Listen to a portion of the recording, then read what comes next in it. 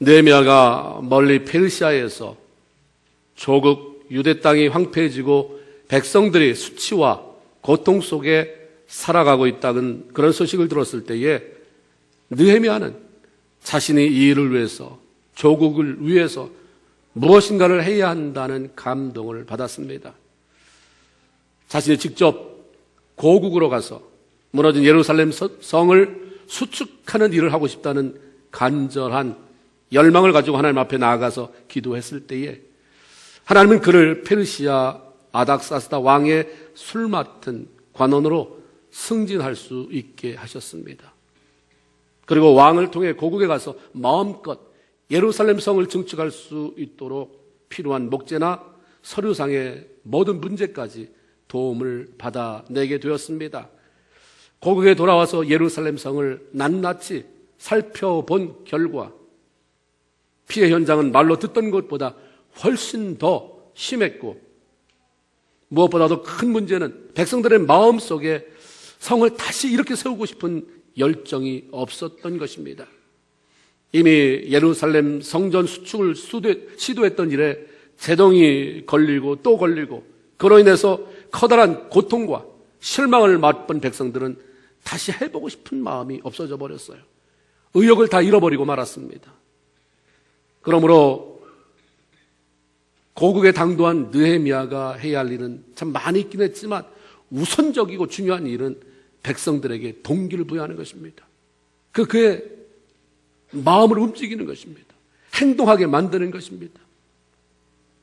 느헤미야는 백성들을 모아놓고 그들이 공통적으로 아파하는 부분을 건드립니다. 그것은 바로 예루살렘 성을 건축해서 다시 수치를 받지 말자라고 하는 말이었습니다. 이스라엘 백성들의 아픔은 자신들의 삶의 터전이 황폐해버린 것 때문이기도 하지만 가장 근본적인 것은 하나님의 백성으로 하나님의 거룩한 성전이 있는 예루살렘 그 성을 이방인들의 손에서 건져내지 못한 것 때문이었습니다.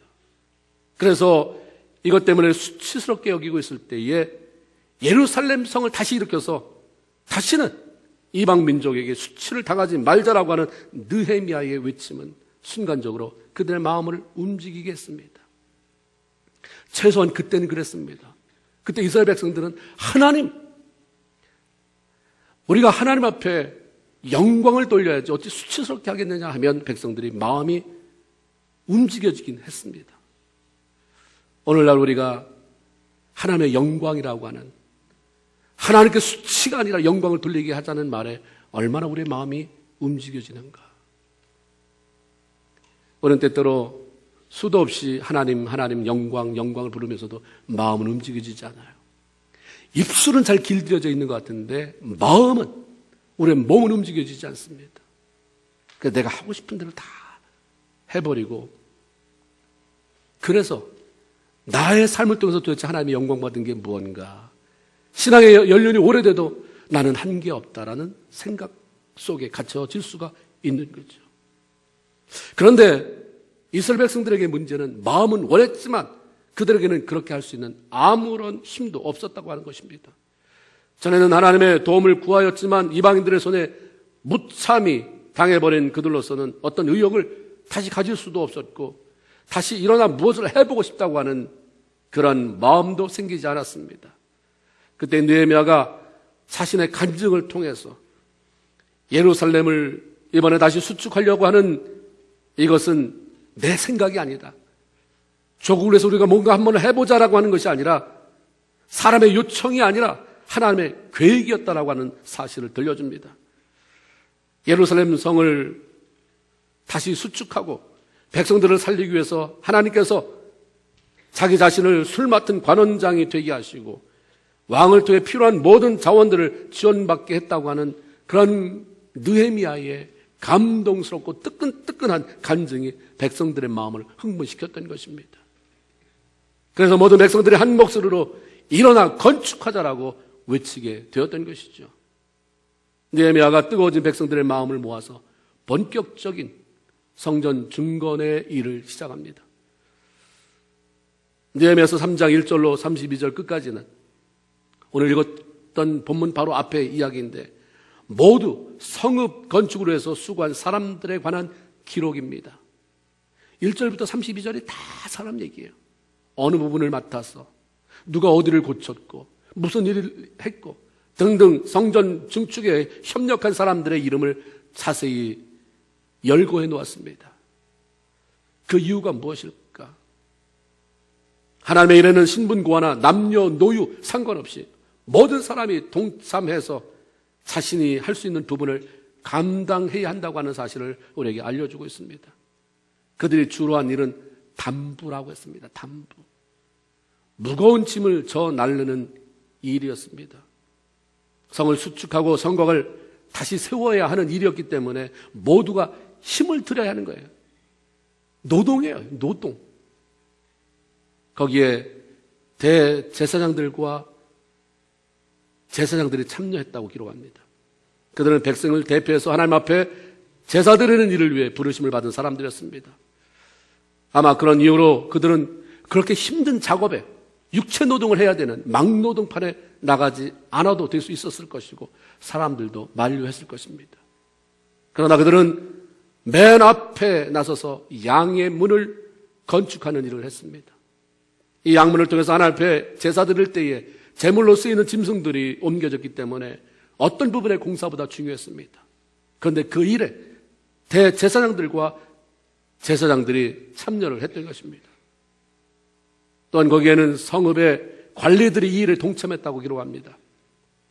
3장 12절에 보면 예루살렘 지방의 절반이나 다스리던 관리가 딸들을 데리고 나와서 아들이 없었는지 아니면 아들은 물론이거니와 딸까지도 데리고 나왔다는 얘기인지 그들을 데리고 와서 건축에 동참했다고 하는 기록이 있습니다.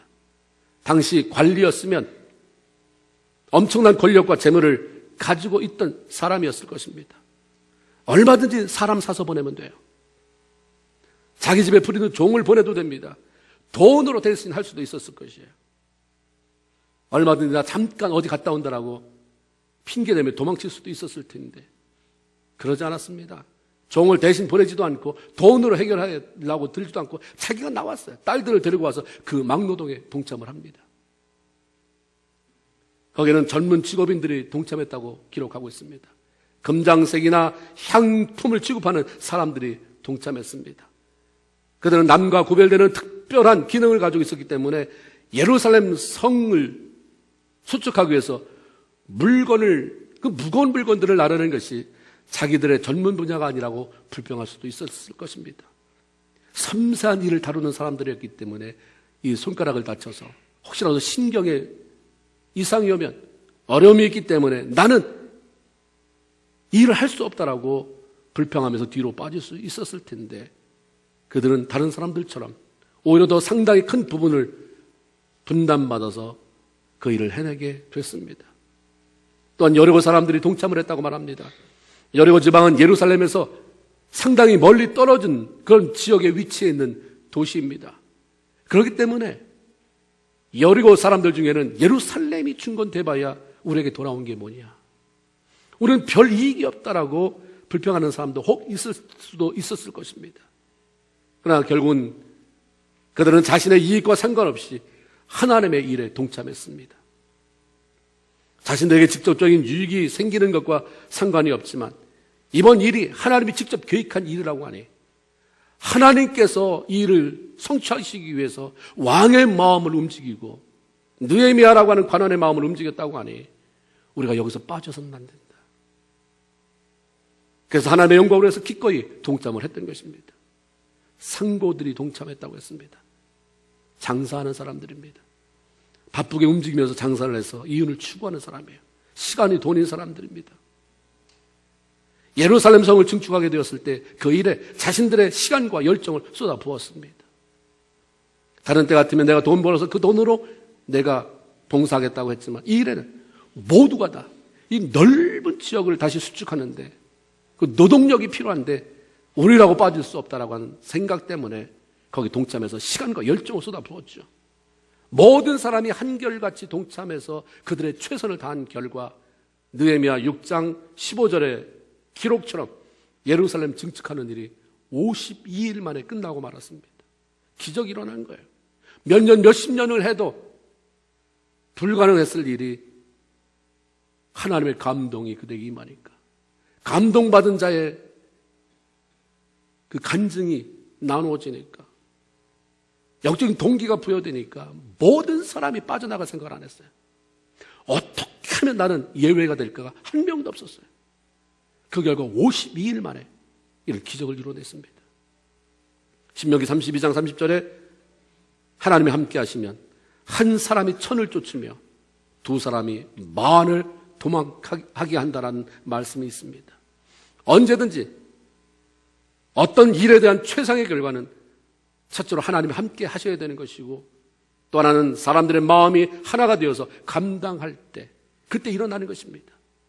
교회가 유능한 사람이 모여서 결코 하나님의 영광을 드러낼 수 없습니다. 마음이 하나로 되지 않으면, 여러 하는 사람이 너무 많으면 아무것도 되어줄 수 없어요.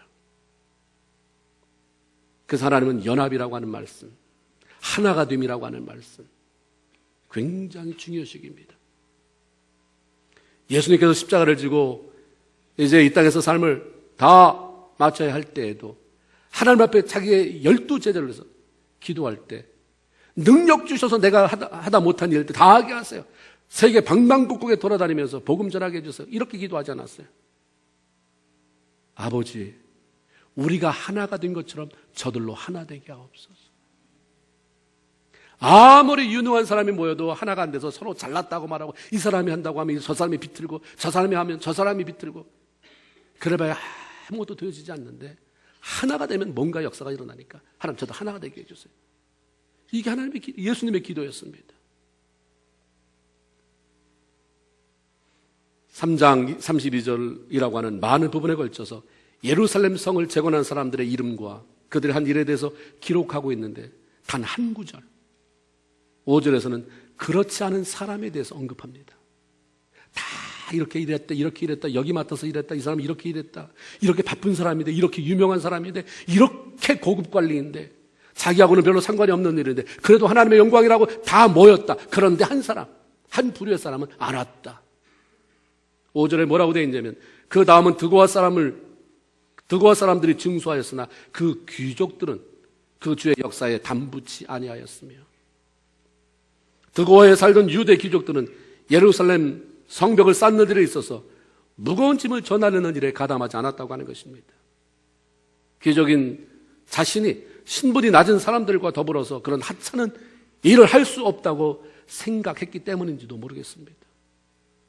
그는 단지 내 마음에 내키지 않는다, 하나님의 일이고 뭐고 난 싫어, 내가 싫어, 나 안 하면 그 말인데, 사람들은 억지로 끌어오지 않았어요.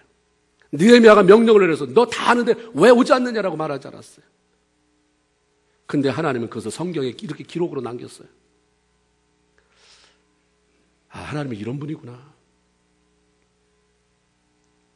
다 똑같이 대우하지 않구나, 아, 심은 대로 거두게 하시는 분이구나. 정말 다 사랑한다고 말하지만 사랑을 받아들이지 않는 사람에게까지 굳이 어떤 일을 하시는 분이 아니구나.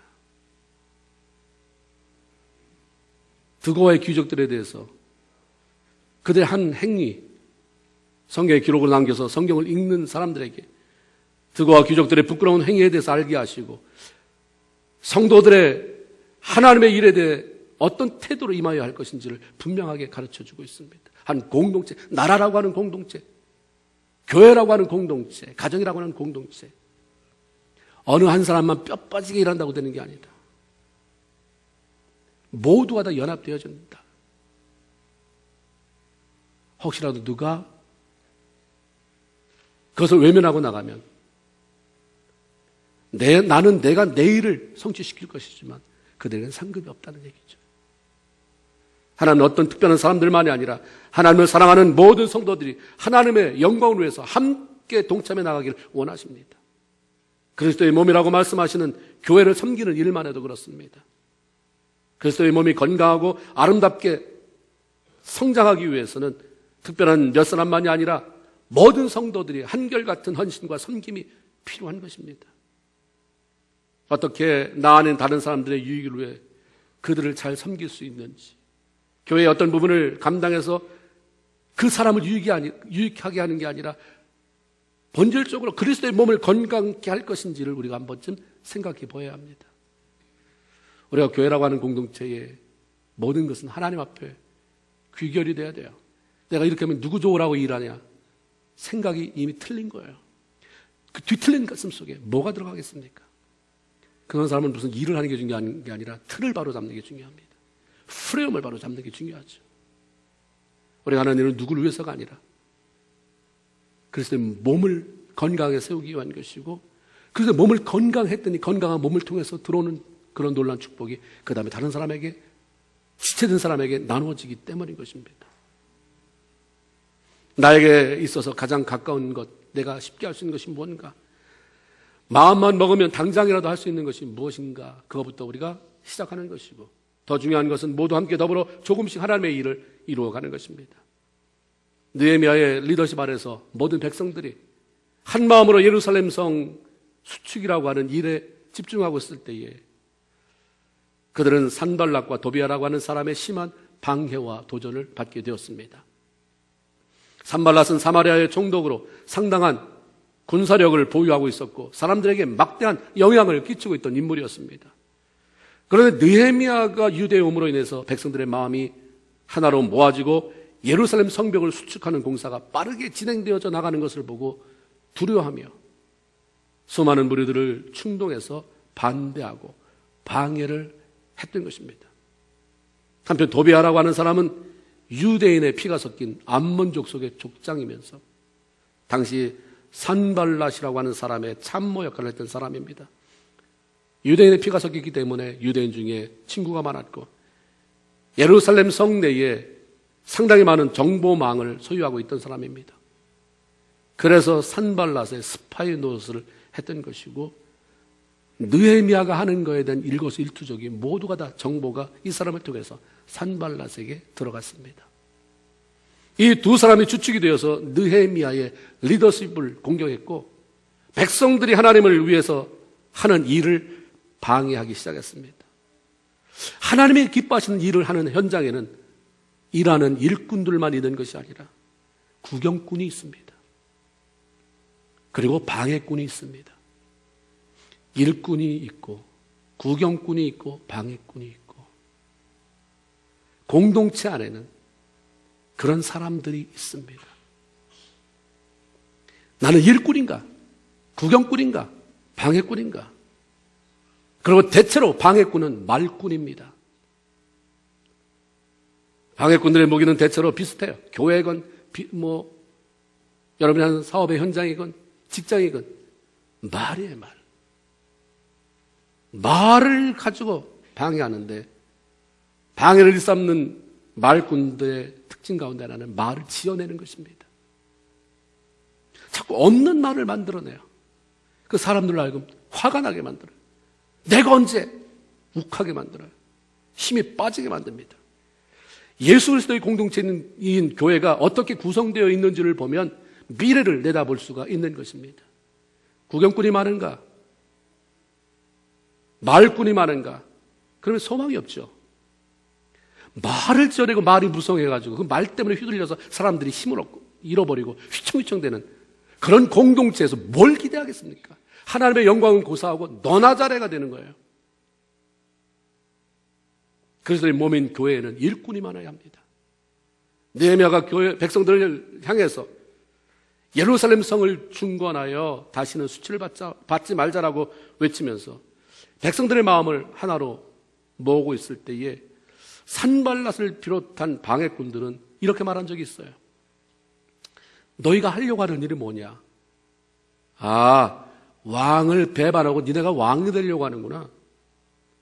전혀 근거 없는 말도 안 되는 소리를 만들어서 사람들의 사기를 꺾으려고 공격해 옵니다. 근데 이렇게 말하면 그 말을 또 고지 듣는 사람이 있다는 거예요. 자꾸 우린 본성상 악해서 좋은 얘기, 약이 되는 얘기, 생명이 되는 얘기를 해주는 건 잘 안 들어요. 왼수가 됩니다. 그러나 입에 발린 얘기, 남을 험담하는 얘기는 그렇게 호기심이 많아요. 착착 탁 달라붙어요. 이 악한 습성에서 우리가 돌이켜야 돼요. 거룩함 속에 들어가야 됩니다.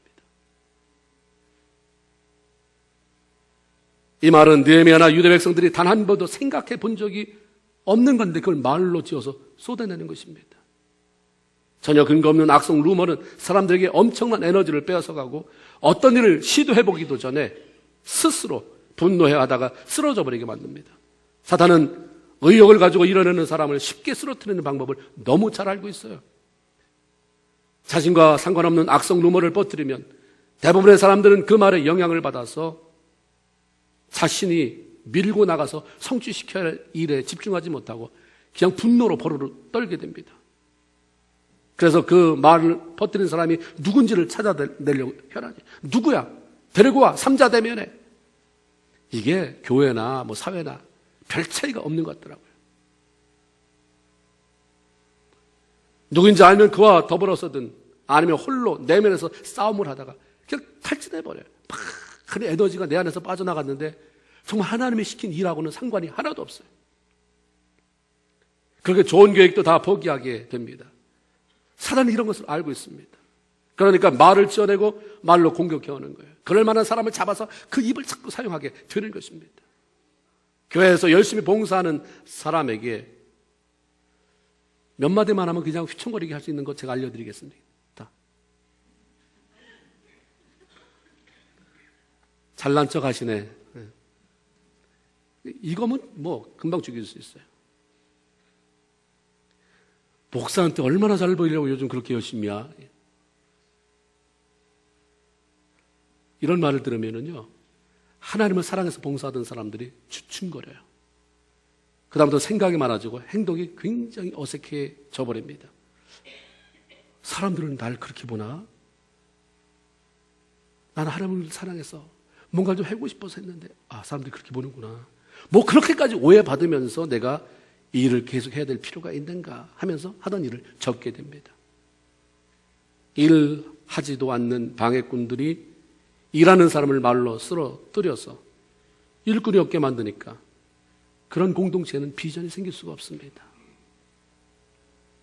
정말 귀한 분들이 사라져버리게 되는 거예요. 여러분 어느 공동체에 있든지 그렇게 만들지 마세요. 공동체의 리더십을 가지고 있다면 여러분이 그 공동체를 멋지게 가꿀 필요가 있어요. 말을 막아야 돼요.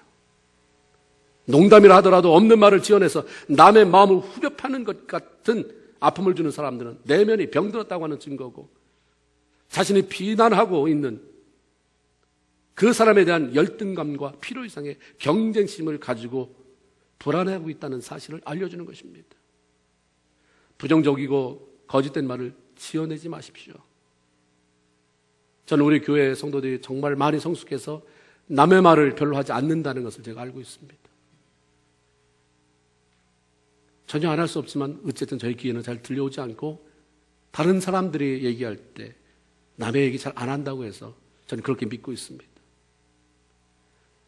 부정적이고 거짓말을 지어내서 그걸 퍼뜨리는 것은 하나님이 싫어하는 것이고 동시에 하나님의 영광을 위해서 일하고자 하는 사람의 사기를 꺾고 죽이는 것입니다.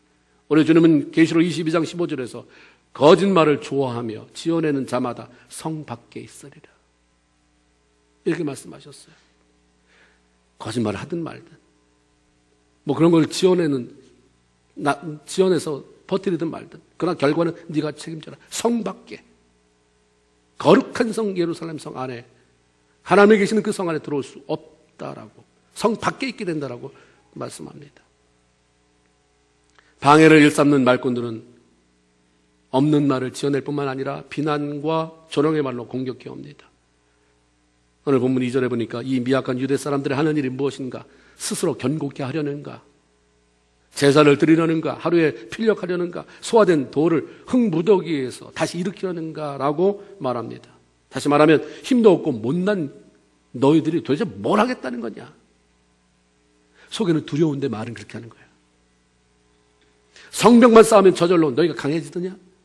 기도하고 예배만 드리면 그러면 뭐 할 수 있는데? 오랜 시간이 걸려서도 이루지 못한 일을 어떻게 한 번에 해치우려고 하는 것이냐? 3절에 보니까 저들의 건축하는 성벽은 여우가 올라가도 무너지리라. 그냥 비난, 조롱이에요.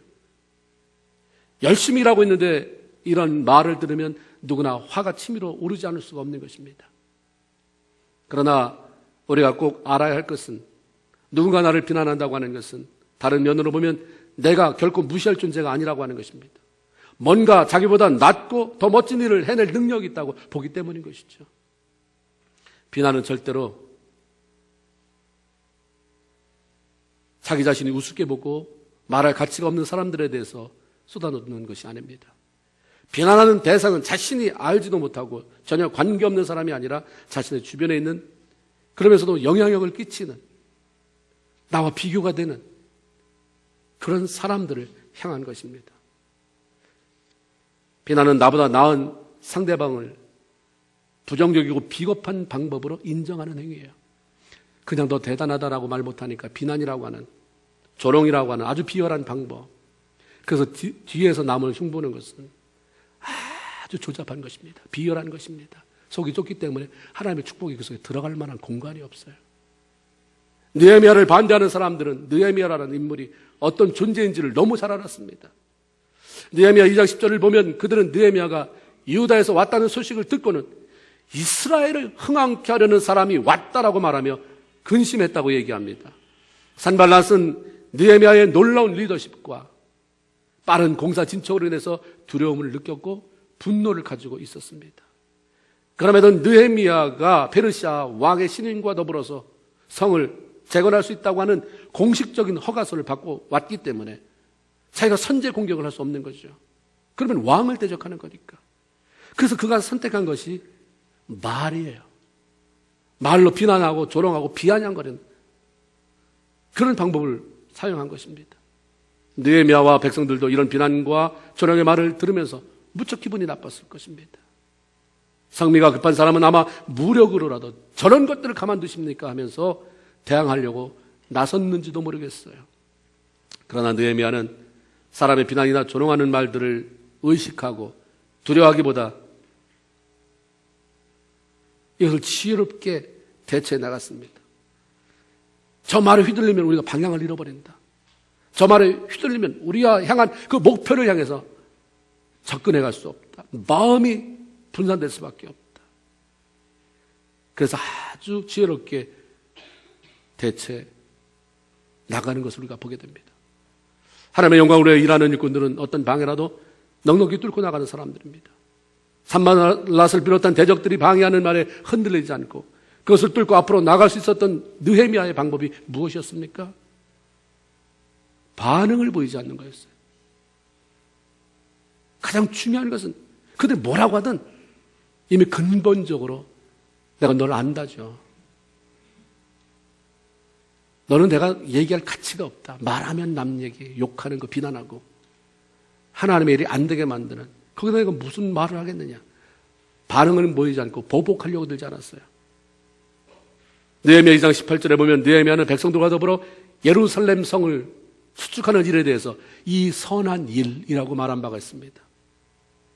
느헤미야는 이미 자기가 하고 있는 그 일이 하나님께서 기뻐하는 일, 선한 일이라고 하는 확신이 있었기 때문에 방해꾼들의 부정적인 말에 대해서 아무런 반응 보이지 않았어요. 싸우려고 달려들지도 않았고 그런 게 아니라라고 하면서 해명하려고 들지도 않고 이해시키려고 들지도 않았어요. 너무 멀게 밝히려고 들지 마세요. 내 일이 선하다면, 내가 추구하는 것이 옳다면, 내가 추구하는 것이 하나님의 영광을 돌리기 원하는 것이라면 막 찾아가서 그게 아니라 어떠고 저쩌고 더 꼬이게 됩니다. 더 우습게 보게 돼요. 그걸 그냥 해나가는 거예요. 왜 우리가 다른 사람들이 뭐라고 하면 하던 일도 집어던지고 그 일과는 전혀 상관이 없이 자신을 비난하는 사람들과 싸우며 에너지를 낭비하는가? 지금 자기가 하고 있는 일이 하나님이 기뻐하는 선한 일이라고 하는 것에 대한 확신이 없기 때문이에요. 확신이 있으면 불필요한 일을 무시할 힘도 생기는 것입니다. 하나님께 마음을 쏟으면, 그래서 그분으로 충만해지면 자신이 불필요하다고 생각하는 말에 사로잡히지 않게 됩니다. 그냥 흉내내면 화가 나죠. 한번 해보려고 했는데, 이를 통해서 좀 인정 좀 받아보려고 했는데, 그런 말을 들으면 화가 나지만 본질적으로 하나님으로 충만하고 하나님이 기뻐하는 삶에 자기 삶을, 하나님이 기뻐하는 일에 자기의 삶을 드리고자 하는 마음으로 사로잡혀 있으면 그런 것에 묶이지 않습니다. 느헤미야는 또한 기도했습니다. 부정적인 말에 직접적인 반응을 하기보다 하나님께로 나갔어요. 기도합니다. 4절 보니까 우리 하나님이여 들으시옵소서. 우리가 업신여김을 당하나이다. 원컨대 저희의 욕하는 것으로 자기의 머리에 돌리사 노략거리가 되어 이방에 사로잡히게 하시고 주의 앞에서 그 악을 덮어두지 마시며 그 죄를 도말하지 마옵소서. 저희가 건축하는 자 앞에서 주의 노를 격동하였습니다. 감히 하나님이 기뻐하는 일을 감당하는 일에 방해하는 자들을 하나님 그냥 내버려 두지 마세요. 나는 그냥 이 일만 하겠습니다. 저 시시껄렁한 사람들의 비난이나 조소에 거짓말을 지어내는 것에 내가 반응하면서 거기에 에너지 쏟지 않겠습니다. 하나님이 처리해 주세요. 하나님의 선한 일, 하나님께서 기뻐하는 일인 예루살렘 성 건축을 방해하는 자들의 악한 행위에 대해서 하나님이 직접 갚아달라고 기도하는 것입니다. 우리가 할 일은 방해하는 자들에게 맞서서 대항하느라 힘을 빼기보다 기도로 맡기는 것입니다. 최소한 내가 하나님의 사람이라고 한다면, 그래서 직장에서나 사업터에서나 하나님의 영광을 위해서 신실하게 살아가는 사람이라고 한다면, 나를 욕한다고, 나를 비난한다고, 자꾸 내 앞을 가로막는다고 그 사람과 싸워봐야 아무런 유익이 없습니다. 돌아오는 것은, 그래도 예수 믿는 것은 나보다 나은 줄 알았더니 너나 나나 다를 게 없다. 로마서 12장 19절에 보면 내 사랑하는 자들아 너희가 친히 원수를 갚지 말고 진노하심에 맡기라. 기록되었을 때 원수 갚는 것이 내게 있으니 내가 갚으리라 주께서 말씀하시느니라. 그냥 맡겨라. 에베소 1장 12절 우리의 씨름은 혈과 육에 대한 것이 아니요 정사와 권세와 이 어둠의 세상 주관자들과 하늘에 있는 악의 영들에게 대함이다 라고 말씀합니다. 잘해보기 위해서가 아니라 반대를 일삼는 사람들과 싸우지 마십시오. 아무런 유익이 되지 않는 사람들과 싸워봐야 우리의 긍정적이고 창조적인 일에 사용해야 할 그런 긍정적인 에너지, 창조적인 에너지가 말라갈 뿐인 것입니다. 느헤미야가 기도했다고 해서 반대가 아주 사라지진 않았습니다. 그러나 기도를 통해서 시선을 반대자에게 뺏기지 않을 수 있었고 자신들이 해야 할 일에 집중할 수 있었습니다. 기도함으로 방해꾼들의 말에 신경 쓰이고 분해서 일을 내려놓게 된 것이 아니라 오히려 그 말을 무시할 수 있었고 하나님의 영광을 위해서 목표를 향해서 묵묵하게 그 힘을 쏟아 부을 수가 있었던 것입니다. 누구나 시작은 멋있게 할 수 있습니다. 그러나 끝을 멋지게 맺는 사람들은 별로 많지가 않습니다. 그 이유는 바로 방해하는 사람들을 딛고 일어서지 못하고 그 방해를 뚫고 나가지 못하기 때문입니다. 그러나 하나님께서 기뻐하시는 일의 멋지고 아름다운 완성은 사람들에게서 시선을 돌려 하나님 앞에 집중하고 기도하면서 방해를 뚫고 나갈 때에 이루어지는 것입니다. 저와 여러분은 이 땅에 하나님의 자녀로 부름을 받은 사람이고 하나님의 거룩한 영광스러운 일에 동참하도록 그렇게 선택된 사람들입니다. 이 땅에서 하나님의 영광을 위해서 살기 위해서 그것이 작든 크든 최선을 다할 때 반드시 도전이 올 것입니다. 그러나 어떤 방해라도 뚫고 나가서 하나님의 거룩한 일꾼으로 하나님의 허락하신 선한 일들을 마음껏 펼쳐나가면서 귀한 열매를 맺어드릴 수 있는 귀한 성도들 모두가 되기를 주님의 이름으로 축원을 드립니다. 기도하겠습니다. 이제 우리 함께 기도하는 시간을 갖도록 하겠습니다.